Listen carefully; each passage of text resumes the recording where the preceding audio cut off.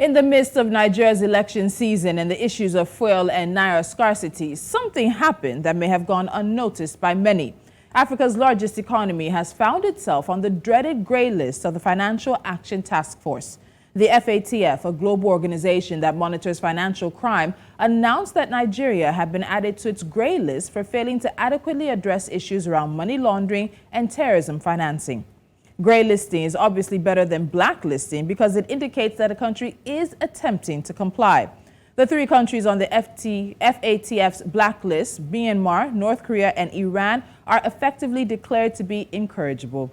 Nonetheless, most analysts believe grey listing has considerable negative effects on a country's economy, including discouraging investment. But not everyone believes that. While being placed on the grey list should be a wake-up call, it may not be too damning. Countries like Turkey, a NATO and G20 member, and the United Arab Emirates are also on the list, and it seems not to have had far-reaching effects on their economies. Would it be the same for Nigeria? Let's find out. Gospel Obele, Chief Economist for Streetnomics, joins me now from London. Gospel, welcome again to the show. Thank you so much for joining me. Thank you, Tolu, for having me. Good morning. So let's start from this. We've all heard about the potential for South Africa to be grey listed. It's made national headlines, been a topic of conversation from the president to the finance minister and the treasury. But the same doesn't seem to be the case in Nigeria's situation, that there was the potential for Nigeria to land on this grey list. And it seems to very much have gone under the radar. Why do you think that's so? I guess to say that distractions are also be a strategy, either directly or indirectly. I think there are a lot of more intense concerns, not as though they are much more, they're worse compared to the deeper issues around these grey list, items. But Nigeria has some more issues that are sort of appealing to the global space and even to the regional market, being also its positioning in the economy.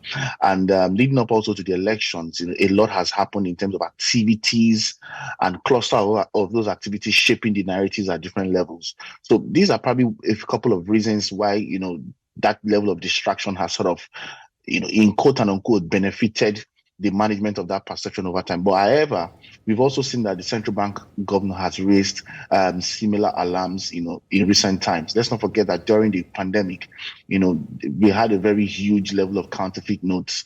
We had 80% of, even up until now, 80% of the currency was in circulation. We also had a situation where Nigeria was literally, by chain analysis, noted as one of the top listing economies when it comes to crypto transactions and possible illicit capital inflows, to the tune of $200 million weekly.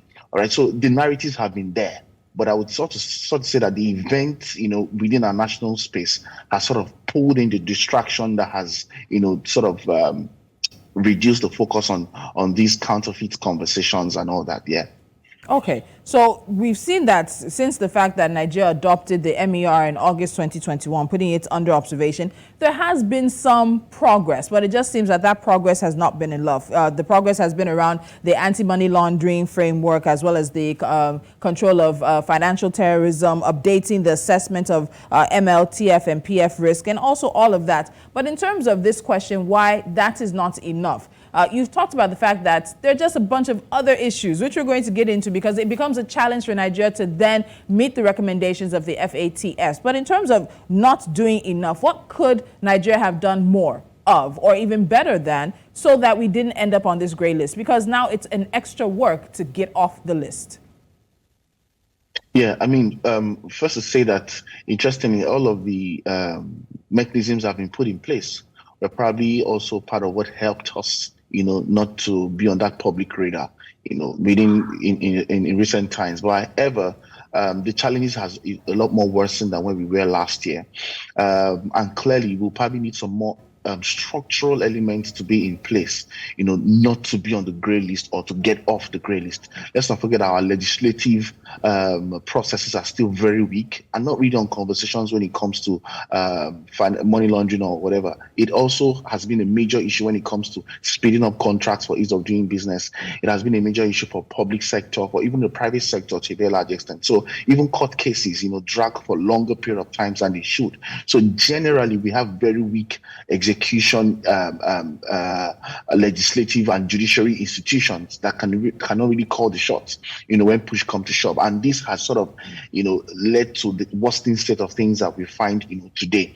So also to state that I do not particularly think that the countries on the grey list are the only countries that are involved. I think there are a lot more happening globally within this context, but just that some countries have been successful at spinning the stories and the make-believe narratives than some others. And unfortunately, Nigeria has not done so much of that, but again, comparatively, those other countries have stronger legal institutions and they punish offenders publicly and all of that. But I mean, it's also part of the make-believe conversation. So I think the poor legal infrastructure, or legal institutions or judicial institutions that have not been in place has also sort of incentivized these narratives. Also to speak that recent policies by the monetary institutions and the fiscal discipline in place has also led to a lot of leakages within the Nigerian economy that has created a lot of openings for Nigeria being on the grey list. So I want to think of fixing the structural elements around institutions,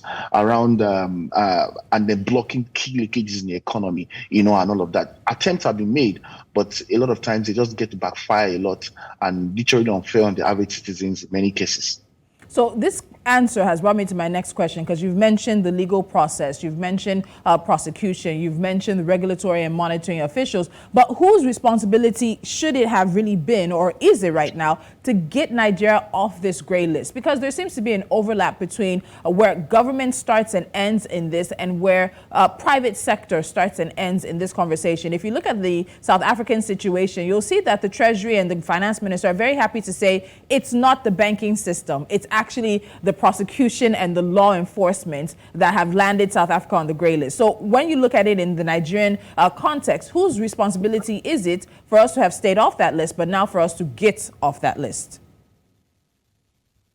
I think to a large extent, because of the very complex nature of how our institutions and economy works, I would want to say that a more collaborative stakeholder approach could have enabled us, not being on the list and possibly help us get out of the list to start with. The fiscal authorities have to be very much willing, to do the right things, in quotes.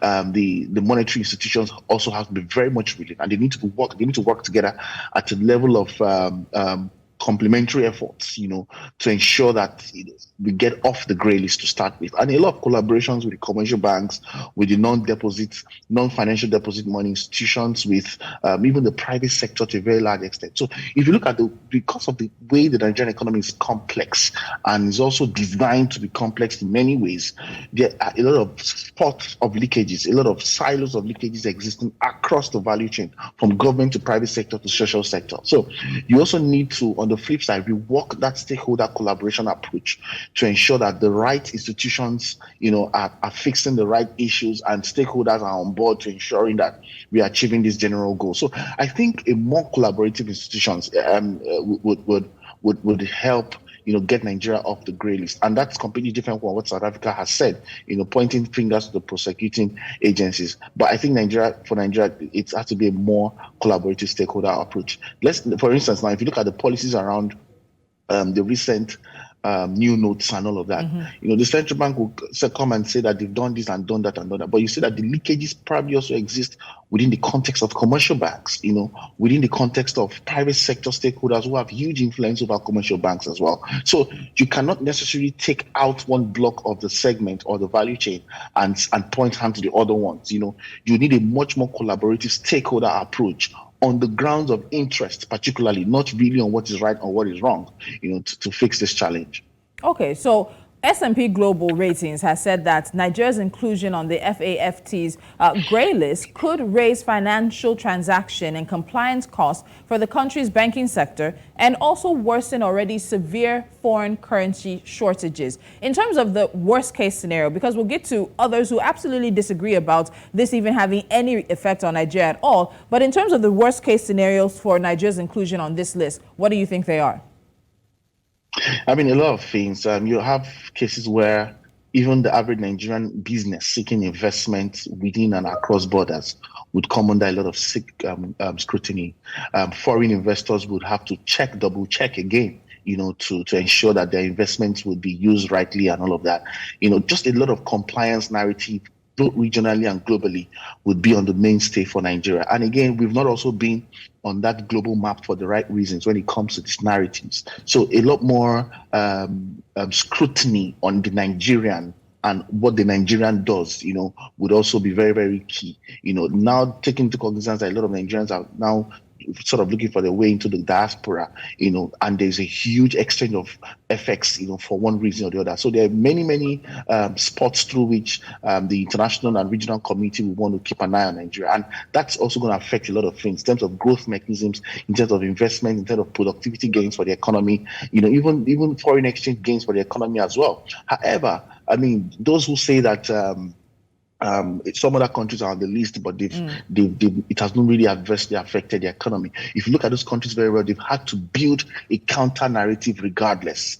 Right? Look at the UAE, for instance. The UAE invests a lot is visible about its investment on on its productive sectors, number one. Number two, the UAE itself, it's a brand, and they sort of have been able to push the necessary storytelling, brand engagement, and PR, to get their country or their nation or their region on the global map of things. They've had to fight, sort of to host the FIFA World Cup, despite all of the allegations laid against Qatar at the time, or the UAE. So if you notice that, yes, the challenges exist, yes, the problems exist, but with a proper storytelling and make-believe approach, and with the actual right investments in key sectoral developments, you begin to see that you can still counter the negative or downside effects from these grey listings. Okay, so you've answered the next question, because there are some Nigerian observers and analysts who says this is really not in the long run going to really have too much of an effect on the Nigerian economy. But I think you tend to disagree, because there's a difference in the contextual situations for countries like Turkey as well as the UAE that are currently on the grey list. So let's move away from there. So something else that's interesting is that Nigeria faces similar implementation challenges to those of South Africa's. But there is now a new president-elect in Bola Ahmed Tinubu, and some think that the new government of Tinubu, elected last week, wouldn't take the grey listing lightly, as it comes at a time when his government would want to set a new economic agenda to liberalize the Nigerian economy and also open it up for more foreign investment. Now, do you see or expect that we should see some prompt action from the Tinubu administration when he is eventually inaugurated and sworn in as president of Nigeria, and especially with the idea that he's going to have his own economic agenda and not want to take this grey listing lightly? Well, it's a possibility because, again, let's not forget that the nature of these particular elections have also raised the bar and raised the expectations for the incoming government. And it's no longer certain that a particular government can run 2 terms successfully again, with the way things are right now. So there are a lot of expectations in the air, and I do not think that the president-elect will want to take that lightly, putting that into consideration. That's one. And if you're building down on those assumptions, it will be that his economic agenda has to be able to deal across getting Nigeria either off the grey list to start with, or enabling the right institutional investment, productivity gains, and if possibly the necessary national brand building, to build the right investors' confidence that can plug investments back into the Nigerian economy, or reduce that compliance risk or perception of not complying in the global context of things. So that's the top of mind assumption. Again, but that again is also built further down on the grounds that the right structural institutional elements will be in place. All right. And this is a major catch for us to getting off the grey list, or even trying to, even build the Nigerian economy regardless of the grey list. What structural institutions will the next administration put in place aggressively enough to drive the necessary reforms we need? And that's very key. And the last time we had a conversation, there was also concern around softer elements, the perception of a divided Nigeria, that has sort of a division, in the Nigerian economy, that sort of also increased the risk of or uncertainty, as it were. So if you put all these things into context, it's a developing story in the real sense of things. Will the president-elect sort of build confidence in Nigerians and in a perception in a probably divided economy, and sort of use that to also gain grounds to, to fix the economy rightly, to push the right economic agenda, to build structures and lead structural reforms that can help us attract some productivity gains. These are the major concerns or issues that we're sort of looking up, and trying to say the next president would do more around this ground. So I would think, first of all, it's a developing story, and we can't say yes or no at this point in time because a lot of things are largely dependent on what the main focus is from an execution standpoint by the president-elect.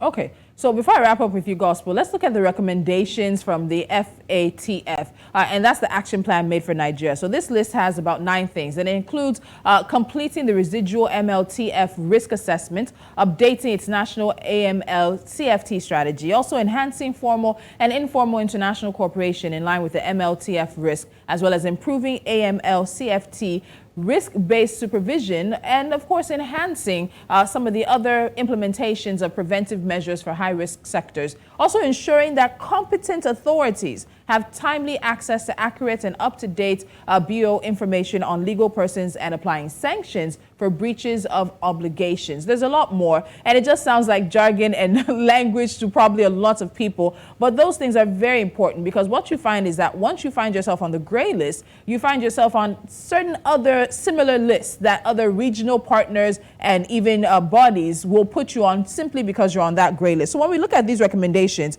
the issue is that, as you said very early on, Nigeria has a myriad number of issues. It has so many things that it's contending with. It makes it almost difficult for the country sometimes to focus. But there are concerns that because of the population size and the severe problem of violent extremism, Nigeria is going to have a bigger challenge getting off this list than maybe South Africa. South Africa has set a deadline for 2025. So when you look at it overall, do you think Nigeria is really incentivized? Does Nigeria really have, I guess I would say also the political will, which is a phrase we use a lot, to get itself off this list, to do what it needs to do and what it should have done a long time ago? Yeah, I do not think that we have the political will right now. And because part of having the political will is fixing the structural, the root cause. One thing you see, if a particular government focuses on every other solution than the structural bit, that's a sign to show you that the political will is not genuine, because in a way, the government has to be seen as doing something about the problem. But the government of the day can be intentional about doing the wrong things or fixing the wrong parts of the problem that do not really solve the problem.